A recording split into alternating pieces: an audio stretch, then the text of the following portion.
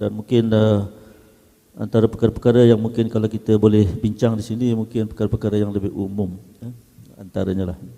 Tapi kalau kita lihat tadi montaj dan juga kita mendengar tadi penceritaan yang bagi Prof Dato' Magno, beliau bercakap banyak berkaitan dengan bagaimana kita membina rapport antara universiti dan istana. Malahan pernah Duli Yang Maha Mulia sendiri ingin mengundur diri sebagai Chancellor, tapi akhirnya beliau bersetuju untuk menyambung perkhidmatan sebagai Chancellor. Dan itu menunjukkan bagaimana ikatan kita dengan istana telah terbina. Dan ini tentulah bermula daripada peringkat awal lagi semasa Duli Yang Maha Mulia masa itu adalah Tunku Mahkota dilantik sebagai Chancellor pertama pada tahun 2001 atau 2001. Jadi mungkin kita minta Prof Ismail memberi sedikit pengkisahan sejarah berkaitan bagaimana ia bermula. Dan saya pasti oleh kerana rancangan Malaysia ke-9 2006-2010, pada masa itulah sebenarnya kita mendapat peruntukan yang paling besar untuk pembangunan universiti, Datuk. Rancangan Malaysia ke-9 yang mana kalau tak silap saya mungkin lebih daripada 500 juta ataupun 600 juta, dan di situlah sebenarnya bermulanya banyak bangunan fakulti-fakulti di UTHM ini. Dan ada rakan saya daripada fakulti mekanikal yang bertanya sampai sekarang pun mengapa fakulti mekanikal ni walaupun antara fakulti yang cemerlang lah di UTHM ini sampai sekarang belum lagi mendapat bangunan. Dan juga mungkin Prof Mael boleh menceritakan sedikit peranan ataupun fungsi di peringkat awal lagi lembaga pengarah universiti yang mula-mula, yang saya pasti bagaimana dia punya perbincangan dan bagaimana ianya dibentuk dan membantu di peringkat awal universiti. Silakan Prof Ismail.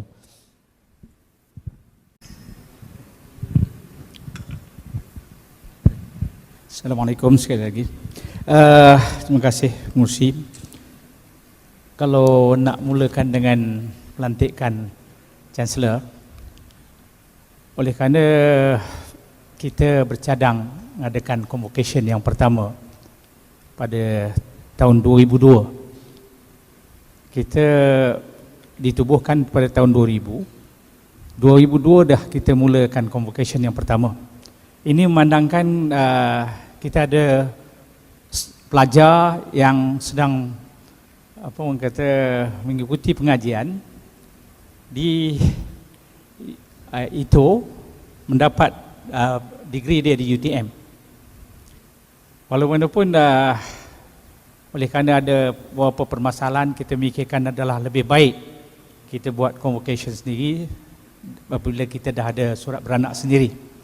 Dan di samping itu, pada convocation yang pertama itu juga kita ada graduan teknologi yang dibuat di luar, di bawah teknologi kejuruteraan mekatronics dan tool and die yang dibuat bersama dengan Universiti Kuala Lumpur, ataupun masa itu belum ada Universiti Kuala Lumpur. Jadi oleh kerana kita memerlukan Chancellor, majlis menghadap Duli Yang Maha Mulia Sultan Johor pada masa itu, dan Sultan yang memilih Tengku Mahkota menjadi Chancellor pertama. Sultan memanggil Tengku Mahkota menghadap, masa saya menghadap bersama dengan pengurusi lembaga pengarah Tan Sri Syamsuddin bersama dengan Tan Sri Muhammad Ali, Allah yarham, Tan Sri Muhammad Ali Hashim, yang juga merupakan orang kuat di Johor ni. Jadi itulah arahan pertama, dan lepas itu Tengku Mahkota tidak ada pilihan, dia kata kalau dah titah memang terpaksa ambil. Maknanya itulah kali pertama, dan saya ingat convocation pertama adalah mungkin antara acara terbesar Duli Yang Maha Mulia Sultan sekarang, dan beliau merasa agak orang kata kurang selesa pada convocation pertama dengan memakai jubah, memakai ini hood tali, dia rasakan tapi itulah pengalaman yang saya rasa mungkin kalau tanya dia pun pengalaman pertama memakai jubah yang itu di convocation pertama kita. Saya nak sentuh tentang pembangunan, kalau dari segi pembangunan ini.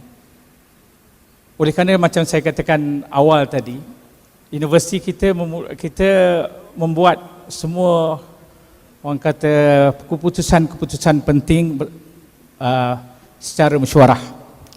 Jadi kita tahu peruntukan pembangunan, semua orang memerlukan bangunan. Jadi di antara perkara yang kita buat adalah senaraikan semua permohonan dan senaraikan berapa prioriti, nombor 1, nombor 2, 3 dan 4. Sebelum rancangan Malaysia ke-9 yang kita diperuntukkan lebih kurang 614 juta, kalau Puan Murni bagi tahu 614 juta, kita ada rancangan Malaysia ke-8, di mana pada masa rancangan Malaysia ke-8 tu kita buat bangunan teknologi yang ada fakulti kejuruteraan elektrik, fakulti kejuruteraan mekanikal di situ, dan kita buat bangunan apa orang kata HEP, semua menggunakan peruntukan rancangan Malaysia ke-8. Kerana kita kampus, walaupun kampus dah mula besar, tapi tak boleh banner di belakang kerana tidak ada infrastruktur. Jadi infrastruktur yang terdekat boleh kita buat adalah kompleks teknologi itu. Kompleks teknologi itu diberi prioriti, semua orang setuju beri prioriti kepada mechanical dan electrical. Jadi apabila untuk rancangan Malaysia ke-9, bila buat senarai itu, semua bersetuju kita buat senarai ikut prioriti. Civil tak dapat apa lagi pada masa itu, dan civil diberi prioriti nombor 1 kerana fakulti kejuruteraan. Lepas itu dekan-dekan di kampus bandar. Kami duduk di kampus bandar, kemudahan tak ada dan sebagainya. Dia fight in such a way, kita kena bagi prioriti. Semua fakulti di kampus bandar diberi prioriti. Jadi lepas fakulti awam, fakulti sains komputer, fakulti pengurusan teknologi, fakulti pendidikan, yang semua di kampus bandar mendapat prioriti. Dan disebab itulah kalau kita tengok dalam rancangan Malaysia ke-9, fakulti-fakulti ini dapat, dan bila sampai situ duit dah habis. Mana dia peruntukan yang diberikan, kalau diberi semua memang dapat semualah pada masa itu. Tapi oleh kerana diberi 600 juta, dapat sampai situ, yang tertinggal fakulti elektrik dan fakulti mekanikal. Dan sejarahnya Prof Yusri bukanlah atas dasar kita tak ini, tapi atas dasar mungkin mechanical dan electrical dah dapat bangunan teknologi yang baru yang berbentuk itu. Prof Safarudin yang design, yang kata oh ini berbentuk apa ini orang kata 4 segi dan sebagainya dengan kipas. Jadi civil tak kata apa pun masa itu, tapi saya rasakan itulah mana dia, itulah kalau nak dibayangkan balik kenapa prioriti sedemikian adalah keputusan bersama, dan banyakkan benda yang kita buat adalah atas hasrat bersama. Dan satu lagi yang Prof Hashim mungkin sebutkan, bayangkan pada peringkat awal, ialah penubuhan. Bila kita nak tubuh ini, kita ada lembaga pengarah universiti. Bagaimana yang kita diwawarkan atau kita ceritakan adalah kita ingin menjadi universiti yang dekat pada industri.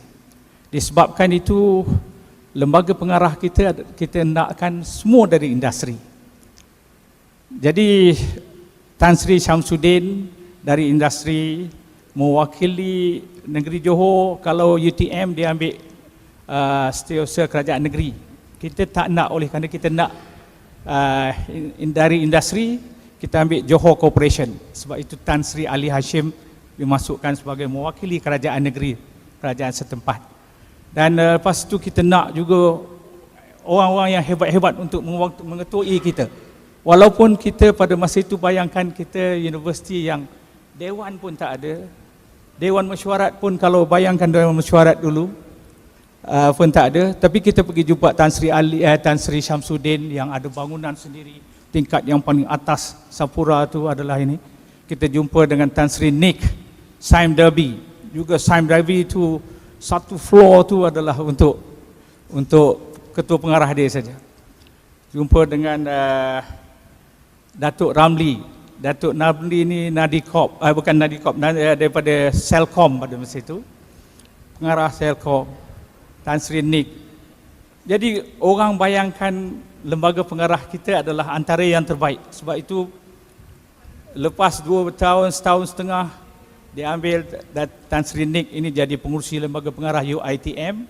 Dia ambil Datuk Ramli jadi pengurusi lembaga pengarah Kukum UNIMEP. Jadi kita cari juga orang selepas itu, kita cari Tan Sri Rahman daripada Pro 2, kita cari Datuk Nazmi, kita ada Datuk Wong daripada Intel. Mesyuarat kita adalah di tempat-tempat mereka supaya kita ada jalinan hubungan yang baik di antara universiti dengan industri. Dan itulah yang kita dapat, orang kata, kekuatan. Walaupun kalau saya bayangkan bila saya masuk nak jumpa Tan Sri Nik, betul ke aku ni nak jumpa Tan Sri Nik? Pejabat kita pun macam itu. Pergi pejabat dia masuk macam, satu hal itu. Nik Muhammad di Wisma Saim Dabi pada masa itu. Jadi saya rasa dalam penubuhan ini banyak yang kita lalui. Tapi apa yang kita lalui ini adalah untuk memberi semangat kepada kita, walaupun kita tahu perjalanan kita jauh, walaupun kita tahu apa yang kita nak buat itu adalah satu benda yang besar, kita boleh lakukan kalau kita lakukan bersama. Mesej yang kita buat bersama pada masa itu adalah kita nak lakukan yang terbaik. InsyaAllah saya rasakan dalam pusingan kedua ini saya mungkin dapat berkongsi mengenai itu je, mengenai apa yang kita lakukan dan kenapa kita lakukan. Dan ini adalah keputusan dan kejayaan bersama, insya-Allah. Saya rasa itu saja.